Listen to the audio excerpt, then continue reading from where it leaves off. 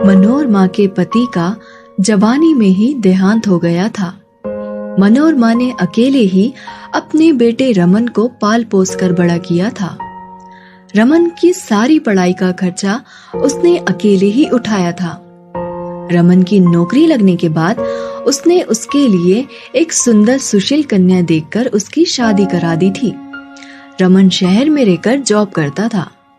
उसकी पत्नी शालिनी और माँ मनोरमा गांव में ही रहते थे। अरे ओ शालिनी, शालिनी कहाँ मर गई? क्या हुआ मम्मी जी? क्या हुआ वे सब छोड़ो, ये बताओ कि बिजली का बिल इतना ज्यादा कैसे आ रहा है? तुम्हें बिल्कुल समझ नहीं है? इतना महंगाई बढ़ा हुआ है, ऊपर से इतना बिजली का बिल। मम्मी जी, लेकिन ये तो पिछले महीने से भी कम है। तो तुम क्या चाहती हो? बिजली का बिल देने में हम अपना घर बार बेच दें? आज के बाद कितनी भी गर्मी हो, घर में एक ही पंखा चलेगा। मई का महीना था। शालिनी का दिन भर काम कर गर्मी से बुरा हाल हो जाता था, लेकिन मनोरमा सिर्फ अपने कमरे में पंखा चलाकर बैठ जाती थी। और जब शालिनी उस कमरे में जाती तो उसे सोना है ये कहकर उसे कमरे से बाहर कर देती। एक दिन जब शालिनी अपने आंगन में काम कर रही थी, तभी एक चूड़ी वाला अपने ठेले पर चूड़ी बेचता हुआ वहाँ आया। चूड़ी ले लो चूड़ी, रंग बिरंगी चूड़ियाँ। शालिनी को बचपन से ही रंग बिरंगी चूड़ियाँ पहनने का बहुत शौक था। चूड़ी वाले को देख खुद को वो रोक नहीं पाई और उसे आवाज दे दी। ए चूड़ी वाले भैया, रंग बिरंगी चूड़ियाँ दिखा देना। ये लीजिए मैडम, एकदम नए डिजाइन की सुंदर चूड़ियाँ हैं, बहुत ही सस्ते दाम पर। शालिनी को चूड़ियाँ बहुत पसंद आती है। तभी वहाँ मनोरमा आ जाती है। क्यों री, तुमको समझ नाम की कोई चीज नहीं है क्या? यहाँ महंगाई इतनी बढ़ती जा रही है और तुम्हें नई चूड़ियाँ पहननी है। मम्मी जी, मेरी सारी चूड़ियाँ घर के काम काज करने में टूट गई हैं। एक भी अच्छी चूड़ियाँ नहीं बची मेरे पास। वैसे भी तुम चूड़ियाँ पहनकर कौन सा विदेश जा रही हो? चलो चूड़ी वाले भैया, यहाँ से आगे निकल जाओ। ले लेने दीजिए ना ये चूड़ियाँ, इन पर बहुत जचेगी। क्यों रे, अब तू हमारे बीच में बोलेगा? रहने दीजिए भैया, मुझे चूड़ी नहीं चाहिए। इतना कहकर शालिनी उदास होकर अपने कमरे में जाने लगती है और मनोरमा भी वहाँ पर चली जाती है। तभी चूड़ी वाला वे चूड़ी शालिनी की खिड़की पर रख वहाँ से चला जाता है। मनोरमा खिड़की पर चूड़ी रखा देख उसे अपने पास रख लेती है। कुछ दिनों बाद शालिनी की माँ आती है। क्या बात है शालिनी, तुम दिन ब दिन कमजोर होती जा रही हो। क्या बताऊँ माँ, मेरी सास इतनी कंजूस है कि बाजार में जो सबसे सस्ती सब्जी मिलती है वही हमारे घर में बनती है। तभी वहाँ मनोरमा जाती है। हाँ हाँ क्यों नहीं, यहाँ के साग सब्जियों से इतनी ही दिक्कत है तो अपनी बेटी को खिलाने के लिए सब्जी लेकर आती अपने गांव से। बहन जी, मैं अपने खेत की सब्जियाँ आप लोगों के लिए लेकर आई हूँ। जे सब्जियाँ ये तो कई दिनों से बासी लग रही है, पर कोई बात नहीं, अब आप लेकर ही आई है तो हम रख लेते हैं। मनोरमा सब्जियों की टोकरी लेकर रसोई में चली जाती है और ताजे लाल टमाटर को खाने लगती है। मुझे लगता है मैंने बहुत बड़ी गलती कर दी तुम्हें इस घर में ब्याहकर।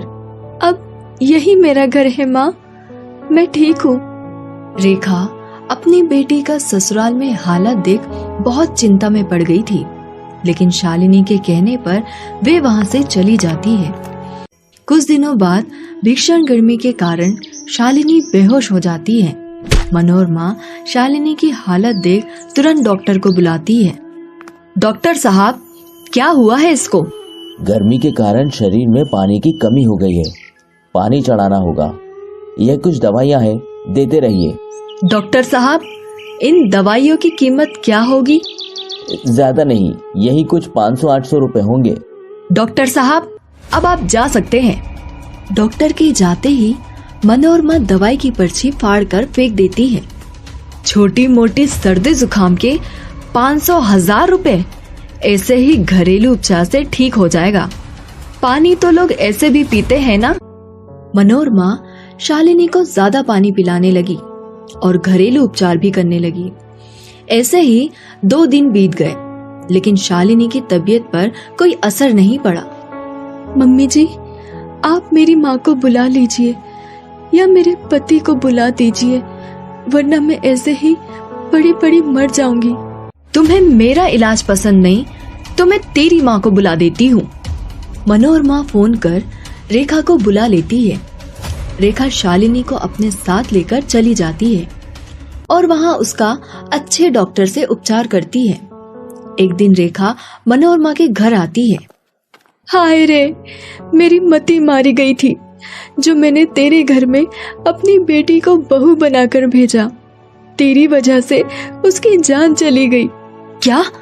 शालिनी की जान चली गई? हाँ, तेरी कंजूसी की वजह से उसका सही वक्त पर इलाज ना हो पाया। मैं नहीं चाहती कि तेरा साया भी उस पर पड़े, वरना तुम मेरी बेटी के शव के ऊपर चढ़े फूलों की भी कीमत लगाने लगोगी। मनोरमा वहीं रोने लगती है और खुद को कोसने लगती है। हाय, मुझसे बहुत बड़ी गलती हो गई। आज मेरी कंजूसी के कारण बेचारी मेरी बहू की जान चली गई है। मैं आपसे कंजूसी नहीं करूंगी। तभी शालिनी वहां जाती है। शालिनी को देख मनोरमा की खुशी का ठिकाना नहीं होता और वो उसे गले से लगा लेती है। मम्मी जी, बचत करना अच्छी बात है, लेकिन कंजूसी नहीं करनी चाहिए। बेटा, मैं अब से कभी भी कंजूसी नहीं करूंगी। हमें आपको यही समझाने के लिए ये नाटक करना पड़ा। मनोरमा ने कंजूसी छोड़ दी और सभी खुशी खुशी रहने लगे।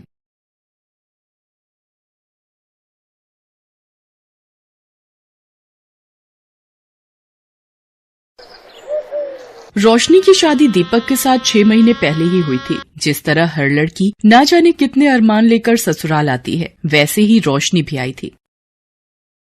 रोशनी बहू, कितनी रोटियां सेक रही है? देख, 3 तेरे ससुर जी की, 3 सुनील की और मुझे तो कम भूख है। मेरी 2 सेक दे, बाकी अपनी देख ले। तू भी वैसे 2 रोटी ही खाएगी। अरे हाँ, याद आया, 2 रोटी सुबह की बची हुई है। मैं और तू एक एक वो ले लेंगे तो 8 रोटी बहुत रहेंगी।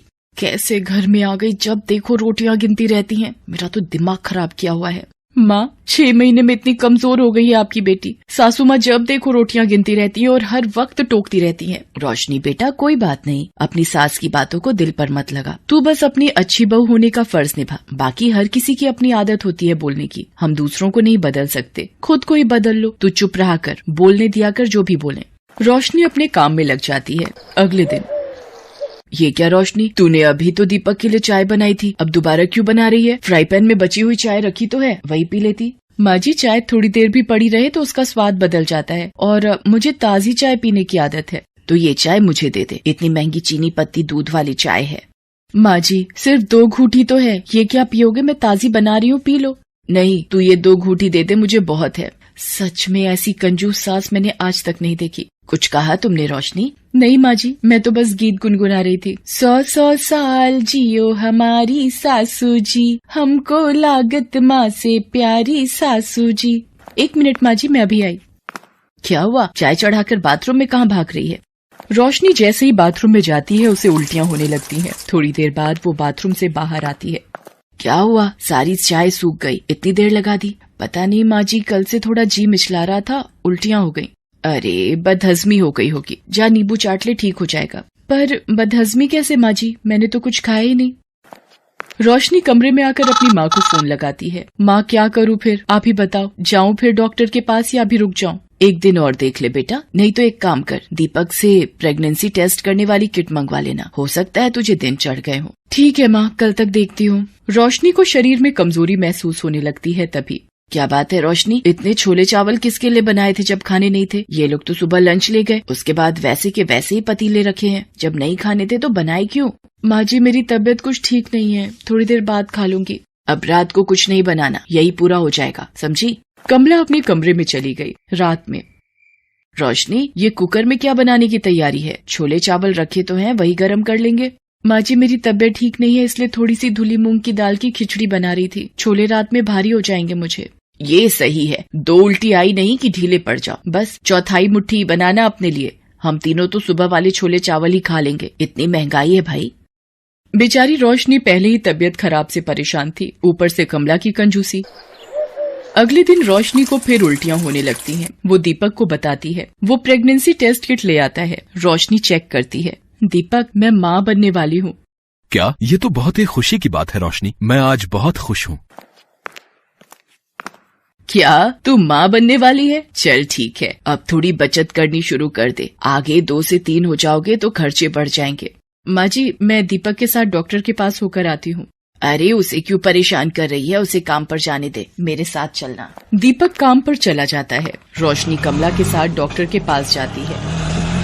मैंने रोशनी का चेकअप कर लिया है, सब कुछ ठीक है, बस अपने खान पान का ध्यान रखना और कोई भी चिंता फिक्र करने की जरूरत नहीं है। ये कुछ ताकत की दवाइयाँ और टॉनिक लेने हैं।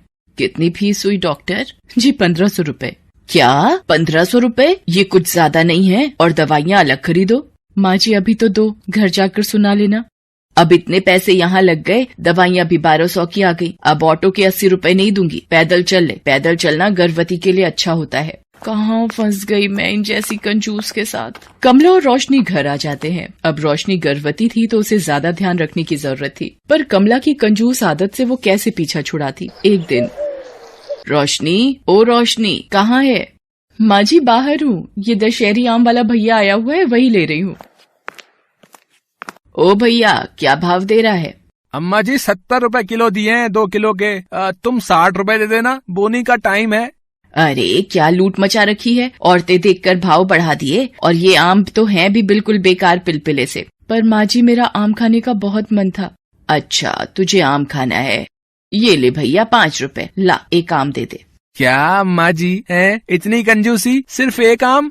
तो क्या पूरा ठेला खरीद लूं? ला मुफ्त में दे, एक आम देगा, बड़ा आया बात करता है, चल जा यहाँ से। रोशनी गुस्से में घर के भीतर आ जाती है और अपने कमरे में चली जाती है और सारी बात अपनी माँ को बताती है। अब तुम ही बताओ माँ, इतनी कंजूसी, वो भी आम खरीदने में। मेरा इतना मन था आम खाने का। कोई बात नहीं, तो दीपक को बोल देना, वो शाम को लेता आएगा। उसी शाम रोशनी के ससुर रोशनी के लिए कुछ सामान ला। कमला, ये देसी घी और थोड़ा ड्राई फ्रूट, बादाम, काजू वगैरह लाया हूँ। रोशनी बहू को 9वां महीना लग गया है ना, उसे कुछ न कुछ खिलाती रहा करो। अरे आप भी ना, इतना देसी घी और ड्राई फ्रूट क्या करना था, थोड़े बहुत ही ले आते, बेकार की फिजूल खर्ची करते हो। लाओ दो, अच्छा मैं रसोई में रख देती हूँ। कमला सारे ड्राई फ्रूट और घी छुपा कर रख देती है। अरे इतने महंगे बादाम काजू थोड़े दे दूंगी, सारे खा जाएगी। ये घी भी एक कड़छी निकाल लेती हूँ, एक हफ्ता तो चली जाएगा, बाकी छुपा देती हूँ। रोशनी को कुछ समझ नहीं थी, माँ से वो इतनी बात फोन पर नहीं कर पाती थी। एक दिन, माँ जी पता नहीं मेरे हाथ पैरों में सूजन बढ़ती जा रही है, क्या मैं डॉक्टर को दिखाऊं? अरे ये छोटी छोटी बातों के लिए रोजाना डॉक्टर की फीस बनाते रहो। ये सूजन से कोई डरने वाली बात नहीं होती, ये तो गर्भावस्था में मामूली बात है। कमला के मना करने पर रोशनी हॉस्पिटल की विजिट के लिए भी नहीं जाती। एक शाम, रोशनी क्या हुआ? आंखें खोलो रोशनी। माँ, बाबूजी जल्दी आओ, रोशनी बेहोश हो गई है। अरे बिस्तर पर लिटा दे, थोड़ा पानी के छींटे डाल, आ जाएगा होश। दीपक कोशिश करता है पर रोशनी होश में नहीं आती। वो रोशनी को हॉस्पिटल लेकर भागता है। डॉक्टर वहाँ रोशनी का चेकअप करती है। ये क्या हाल बना दिया है आपने रोशनी का? आपको पता भी है रोशनी का बीपी कितना बढ़ा हुआ है, और इनकी तो अपॉइंटमेंट थी 15 दिन पहले की, वो भी मिस की हुई है। आपकी इतनी बड़ी लापरवाही से रोशनी की जान भी जा सकती है। माँ, आपको पता था ना रोशनी को डॉक्टर के पास आना है? कमला घबरा चुकी थी, उससे बड़ी गलती हो चुकी थी। कमला, अब तो शर्म करो, इतनी कंजूसी, तुम अपनी ही बहू के साथ ये व्यवहार करोगी? मुझे नहीं पता था। वो तुम्हें माँ कहती है, उसने अपना मायका छोड़ हमारे घर को अपनाया है। अगर बहू या बच्चे को कुछ हो गया तो ऐसा ना हो सारी जिंदगी तुम्हें पछताना पड़े। माँ, अगर आपको मेरे और रोशनी के रहने से कोई परेशानी है, बस एक बार रोशनी ठीक हो जाए, मेरा बच्चा सकुशल दुनिया में आ जाए, फिर मैं अपनी पत्नी और बच्चे को लेकर हमेशा के लिए चला जाऊंगा।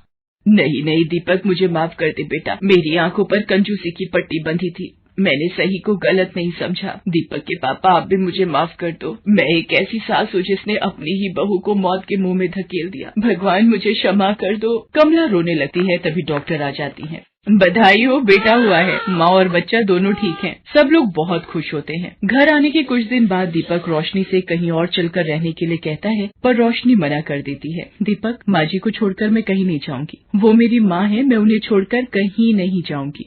कमला ये सब सुन लेती है। रोशनी बहू मुझे माफ कर दे, मैंने तेरे साथ इतना गलत किया, फिर भी आज तू मेरी परवाह कर रही है।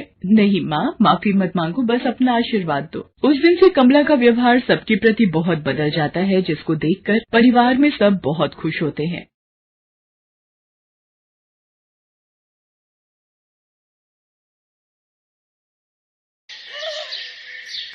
सुहानी एक गरीब परिवार की लड़की थी।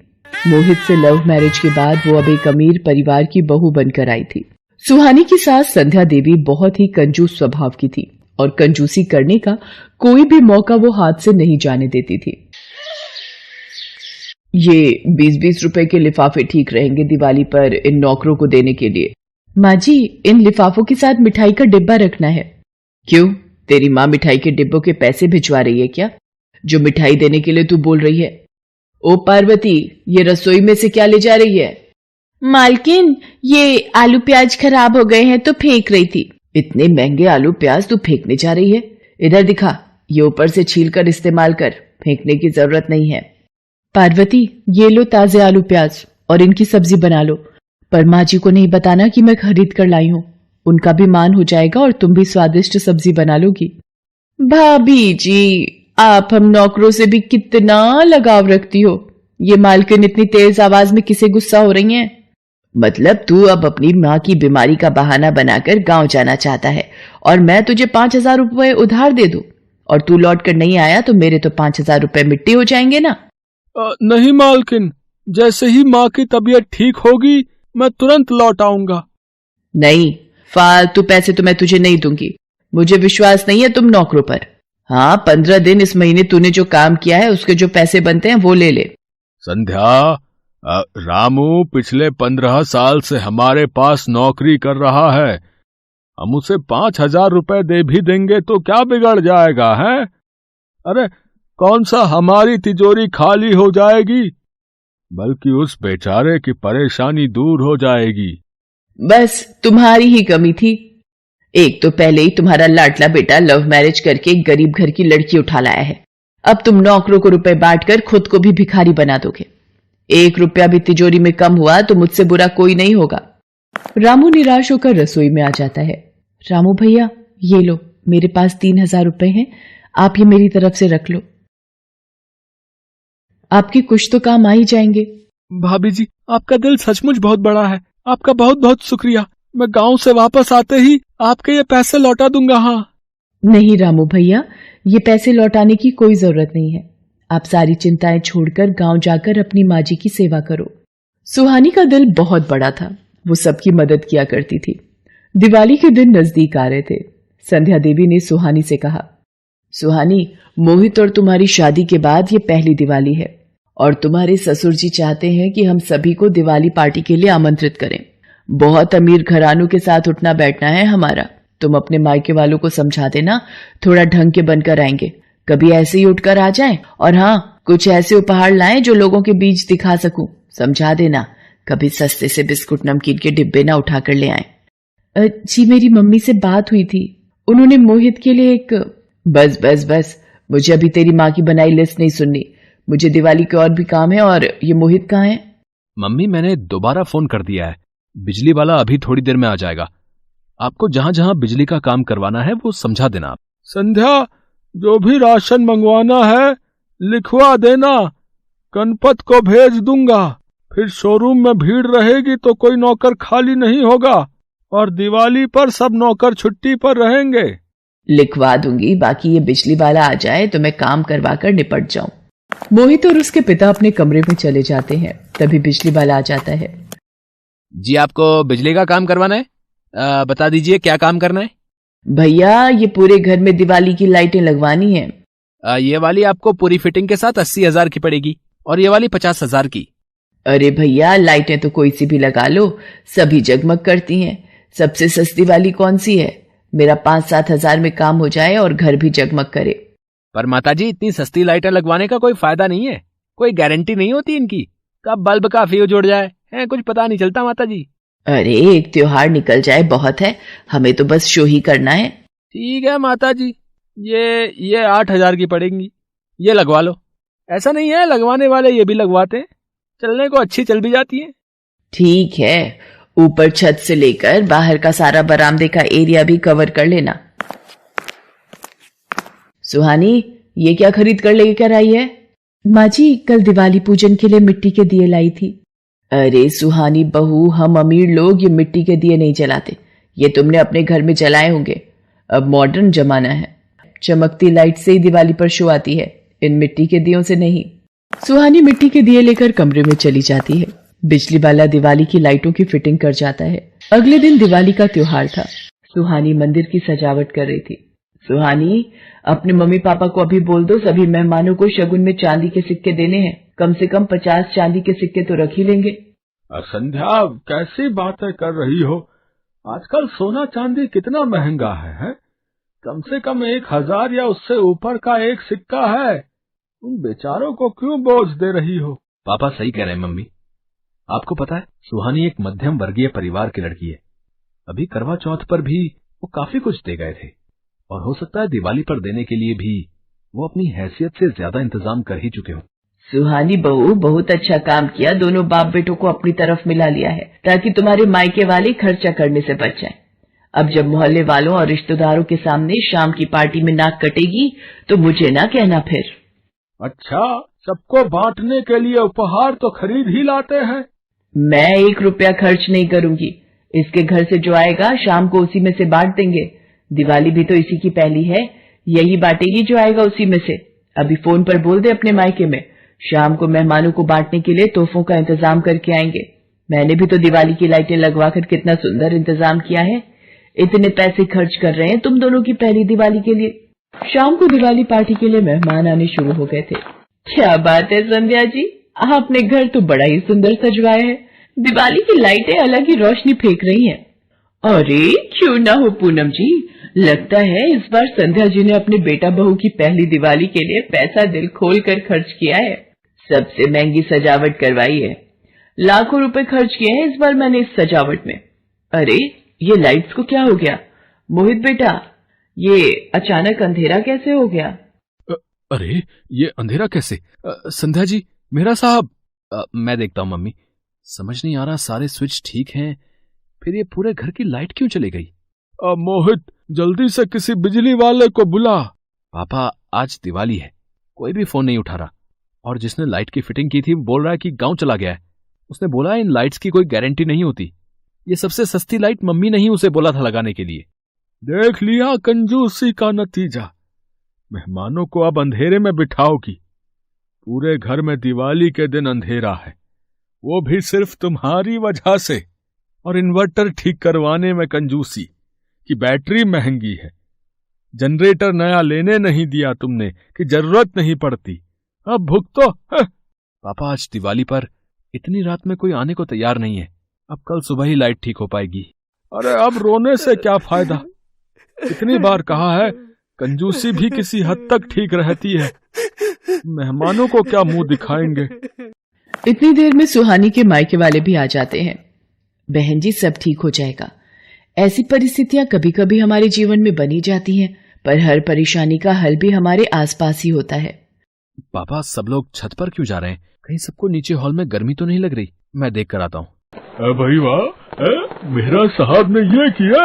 असली दिवाली की सरप्राइज डेकोरेशन है। दिवाली के दीपक सचमुच इस दिन जो रोशनी देते हैं, वो सबसे अलग ही होती है भाई, है ना? मोहित बेटा, आज तो तुम्हारे घर की दिवाली पार्टी की सजावट बहुत ही सुंदर लग रही है। काफी मेहनत से ये दीपों की सजावट की गई लगती है। पूरा घर जगमगा रहा है। मोहित, जरा ये दिया सामने की दीवार पर लगा देना। सुहानी, तुमने ये सब अकेले? Thank you so much. Suhani मुस्कुरा देती है और मिट्टी के दीपक जलाकर पूरे घर को रोशनी से भर देती है। आए हुए सभी मेहमान सुहानी की बहुत तारीफ करते हैं।